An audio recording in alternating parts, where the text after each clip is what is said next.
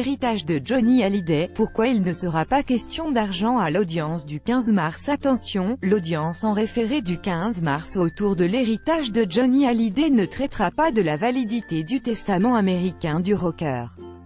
Les avocats de Laetitia Hallyday et ceux de David et Laura Smet ont rendez-vous, ce jeudi 15 mars au tribunal de grande instance de Nanterre pour un premier volet judiciaire dans l'affaire de l'héritage de Johnny Hallyday.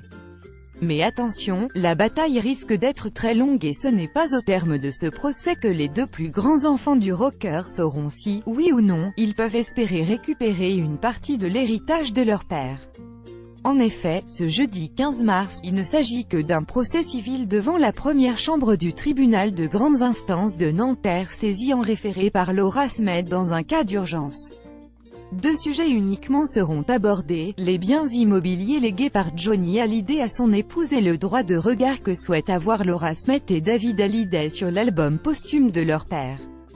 L'objectif de la fille de Nathalie Baye et du fils de Sylvie Vartan est de geler la vente des biens immobiliers et de pouvoir écouter les chansons de l'album.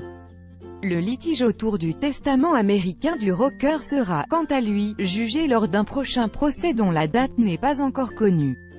Il sera alors temps pour la justice de statuer sur la valeur à donner au dernier testament rédigé par Johnny Hallyday aux États-Unis et l'absence totale d'héritage pour Laura Smet et David Hallyday.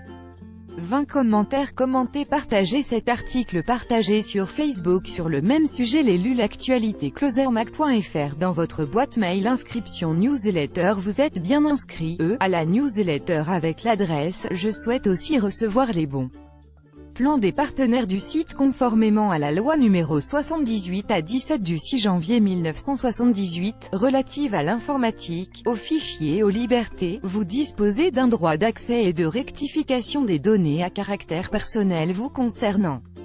Pour l'exercer ou en savoir plus, cliquez ici.